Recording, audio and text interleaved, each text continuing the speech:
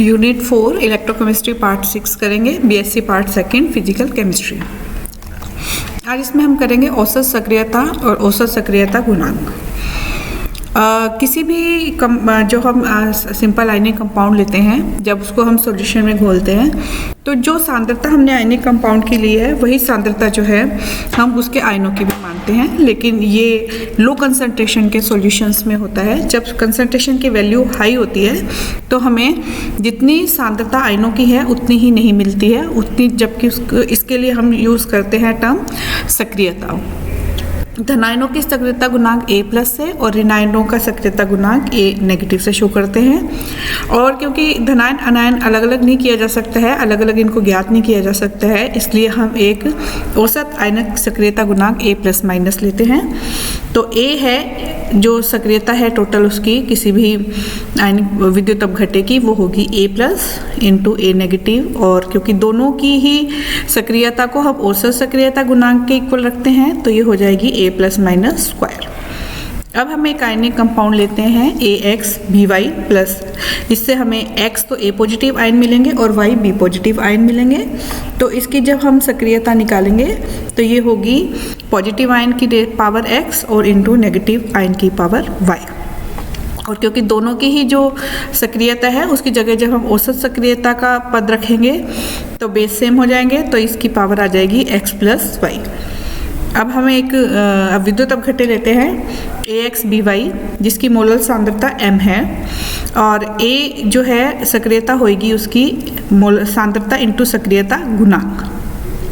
तो यहाँ पर जब A पॉजिटिव की रखेंगे हम सक्रियता तो ये हो जाएगी इसके X mole into M gamma plus positive ion के लिए। और जब हम B की रखेंगे तो इसके Y मोल हैं B के, तो Y into M gamma negative और इसकी पावर Y। अब जब इसको खोलेंगे तो ये आ जाएगा X⁻⁴X Y⁻Y, M base same है तो X+Y और गामा प्लस X और गामा प्लस Y। अब अगर गामा प्लस माइनस औसत मोलल सक्रियता गुणांक है तो यहाँ पर हम पॉजिटिव और नेगेटिव दोनों की जगह जो है गामा प्लस माइनस रखेंगे तो यह आ जाएगा X+Y। तो अगर प्रयोगों के द्वारा हम सक्रियता गुणांक का मान ज्ञात कर लें पदार्थ की और मोललता तो हमने जो ली है वो होती ही है, तो वहाँ से हम गामा निकाल सकते हैं। उदाहरण के लिए जैसे अगर KCl है तो KCl में दोनों के ही X और Y 1 है, तो इसके लिए सक्रियता होगी M gamma plus minus square. एक दूसरा एग्जाम्पल लेते हैं हम K2SO4, इसके लिए X2 है और Y 1 है, तो यहाँ पर हम जब वैल्यू रखेंगे तो ये 2 square 1 M gamma plus minus X2 है और Y 1 है, तो ये आ जाएगा 4M³ gamma plus minus cube. तो प्रयोग की सहायता से M तो हमें पहले से ही पता है, प्रयोग की सहायता से जब हम A निकालेंगे तो इसके लिए जो गामा प्लस माइनस की वैल्यू है वो प्रयोग के द्वारा निकाली जा सकती है। इसके बाद हम एक कुछ प्रमुख लवणों के मान देखते हैं सारणी में। तो जो गामा है वो अगर 1 के आसपास है तो इसका मतलब जो उसकी दी गई मोललता है वही उसकी सक्रियता होगी। और जैसे जैसे 1 से गामा का मान वेरिएट करता है, गामा का मान 1 से चेंज होता जाता है, चाहे वो कम हो या उससे ज़्यादा हो, तो उसकी जो है सक्रियता का मान उसकी मोललता जो सांद्रता हमने ली है उससे चेंज हो जाएगा। अब यहाँ पे जो टेबल है यहाँ पर हमने मोललता ली है, ये बढ़ती हुई सांद्रता के ऑर्डर में है। ये 0.001 सबसे कम है मोललता, यानी कि यह सबसे डाइल्यूट सॉल्यूशन है, और यहाँ पे जाने पे ये 3M यानी ये सबसे कंसंट्रेटेड सॉल्यूशन है। अगर HCl की वैल्यू छोड़ दें तो बाकी जो KCl है NaCl है इनको हम देखें तो 0.01 मोललता तक जो है हम देख रहे हैं कि जो गामा का मान है वो 0.9 यानी लगभग 1 के ही बराबर है, तो 0.966 ये तो काफ़ी 1 के आसपास है। तो इसलिए हम इन डाइल्यूट सॉल्यूशन में सांद्रता और जो इसकी सक्रियता है उसको बराबर ही मान सकते हैं। तो जो भी हमारे फॉर्मूले होंगे या जो भी कैलकुलेशंस होगी उसमें सांद्रता की जगह सक्रियता की जगह सांद्रता ही ली जा सकती है। लेकिन जैसे जैसे हम देखते हैं कि कंसंट्रेशन बढ़ रही है तो गामा का मान कम हो रहा है, तो गामा का मान कम हो रहा है तो इसका मतलब उसकी सक्रियता की जो वैल्यू है उसकी मोलरता से कम हो रही है। और फिर गामा का मान कम होने के बाद जब हम उसकी कंसंट्रेशन बढ़ाते हैं तो गामा का मान और ज़्यादा बढ़ जाता है। तो ये जो यूनिमोलिकुलर जो यूनिवेलेंट जो है, जो एल्कली मेटल्स वाले जो क्लोराइड्स हैं, हम देख रहे हैं कि इनके तो गामा के मान लगभग जो हैं बराबर ही हैं। इसके बाद है एक ये हम ग्राफ लेते हैं मोलरता के बीच में और सक्रियता गुणांक के बीच में। तो ये हम देख रहे हैं मोलरता बढ़ रही है, यानी इस तरफ जाने से उसकी डाइल्यूशन या हम कहते हैं तनुता बढ़ रही है, और ये सक्रियता गुणांक है। तो हम देख रहे हैं कि कम सांद्रता पर मोलर सक्रियता गुणांक का मान इकाई के करीब है। ये देखिए कम सांद्रता है तो ये इकाई के आसपास ही आता है मोलर सक्रियता गुणांक यहाँ पर, और सांद्रता बढ़ने पर इसका मान कम होता है और फिर उसके बाद दोबारा जो है ये बढ़ने लगता है। और प्रबल जो विद्युत अपघट्य हैं उनमें सक्रियता गुणांक और मोलरता के वर्ग में ग्राफ अगर खींचें तो हम ये देखते हैं कि लगभग इसका मान समान ही आता है। नेक्स्ट टर्म है हमारे पास आयनिक सामर्थ्य। किसी विलयन में आयनों की उपस्थिति के कारण उत्पन्न विद्युत सामर्थ्य की माप को उसका आयनिक सामर्थ्य कहते हैं। आयनिक सामर्थ्य डिपेंड करता है कि हमने उन आयनों की कितनी सांद्रता ली है और उसकी कितनी उसके ऊपर आयनिक चार्ज कितना है। तो यहाँ से इसको म्यू से प्रदर्शित करते हैं, और म्यू जो है वो किसके इक्वल है, प्रत्येक आयन के वैद्युत सामर्थ्य के योग के बराबर। जैसे पहला m है, अगर उसकी सांद्रता m1 है और उसके वैलेंसी Z1 है तो उसका आयनिक सामर्थ्य होगा 1/2 m1Z1 स्क्वायर। ऐसे ही अगर 2 आयन हैं या 3 आयन हैं तो जितने भी आयन हैं उनके आयनिक सामर्थ्य को हम अगर ऐड कर दें तो टोटल हमारे पास उस विलयन का आयनिक सामर्थ्य आ जाता है। अब एक उदाहरण लेते हैं हम कैल्शियम फॉस्फेट का। कैल्शियम फॉस्फेट की जो सांद्रता है वो हमने 0.1 m ली है, और हम ये मानते हैं कि इसका पूर्णतः आयनीकृत हो गया है। तो कैल्शियम फॉस्फेट से हमें मिलेंगे 1 मोल कैल्शियम फॉस्फेट से मिलेंगे 3 मोल कैल्शियम और 2 मोल फॉस्फेट। यानी अगर इसकी सांद्रता 0.1 m है तो कैल्शियम की सांद्रता इसके 3 गुना होगी, यानी 3 × 0.1, और फॉस्फेट की 2 गुना होगी, यानी 2 × 0.1, और यहाँ पर m1.3 m2.2, और इसकी जो वैलेंसी है Z1 2 आ जाएगी और फॉस्फेट की वैलेंसी हमारे पास 3 आएगी। अब विलयन का जो आयनिक सामर्थ्य है वो क्योंकि 2 आयन है तो m1Z1 square plus m2Z2 square है, और m1 की वैल्यू रख दी यहाँ पे 0.3, Z1 2 था तो स्क्वायर 4 हो गया, m2.2 है, और इधर Z2 जो है हमारे पास 3 था तो 3 का स्क्वायर 9 हुआ। तो यहाँ से इसका जो सॉल्व करने पे वैल्यू आ गई है हमारे पास आयनिक सामर्थ्य की 1.5। इसका एक और उदाहरण लेते हैं हम। एक विलयन में 0.1 मोलल जो है NaCl है और 0.01 मोलल कैल्शियम क्लोराइड का मिश्रण है। तो इस विलयन की हमें आयनिक सामर्थ्य परिकलित करनी है। तो सबसे पहले हम देखेंगे इसमें कितने आयन हैं। तो इसमें 3 आयन हैं, देखिए जैसे सोडियम, कैल्शियम और क्लोराइड।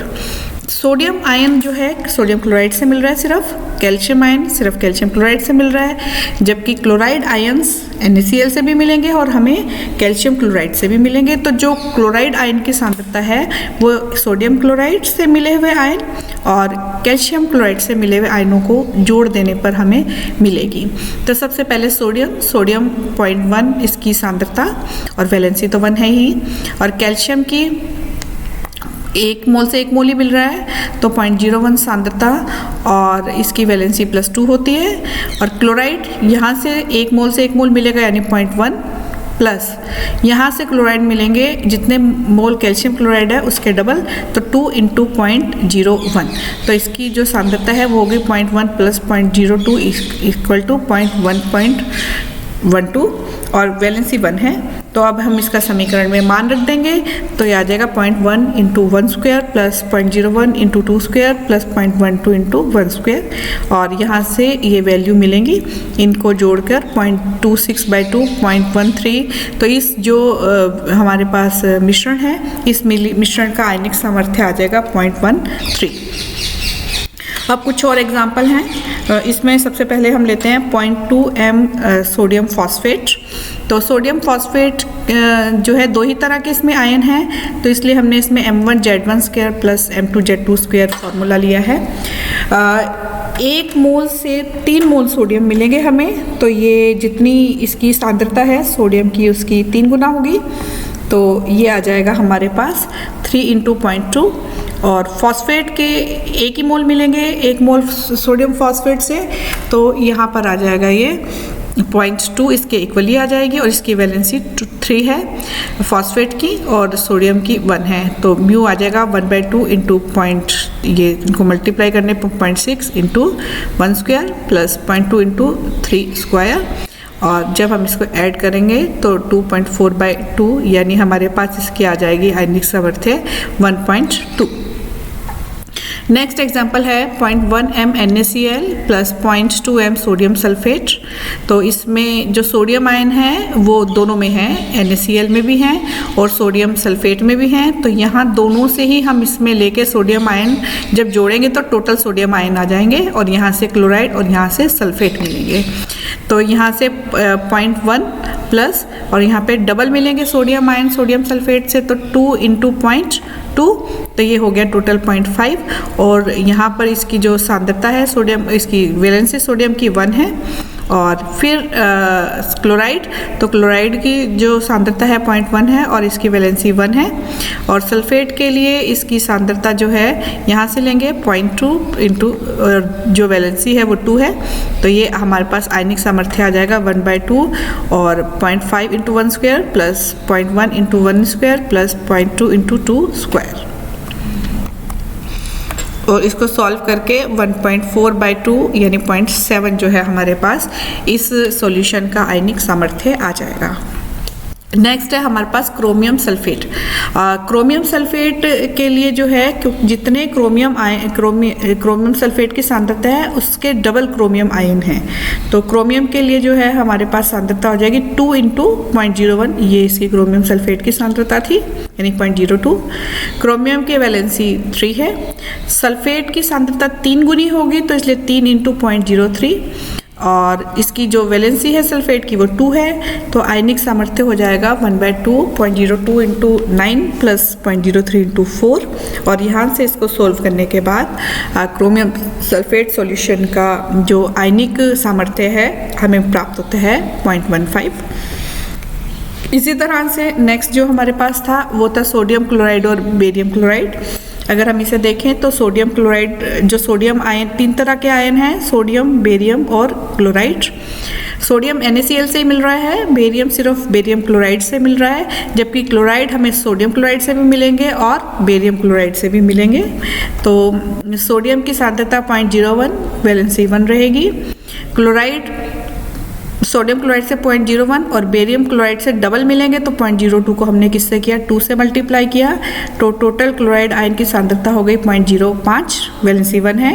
बेरियम की जो है वो सांद्रता 0.02 और वैलेंसी 2 है, और यहाँ से म्यू आ जाएगा 1/2 और ये m1z1 स्क्वायर की value m2z2 square plus m3z3 square, और 0.14 डिवाइडेड बाई 2 यानी 0.07 जो है हमारे पास इस मिश्रण के लिए आ जाएगा आयनिक सामर्थ्य।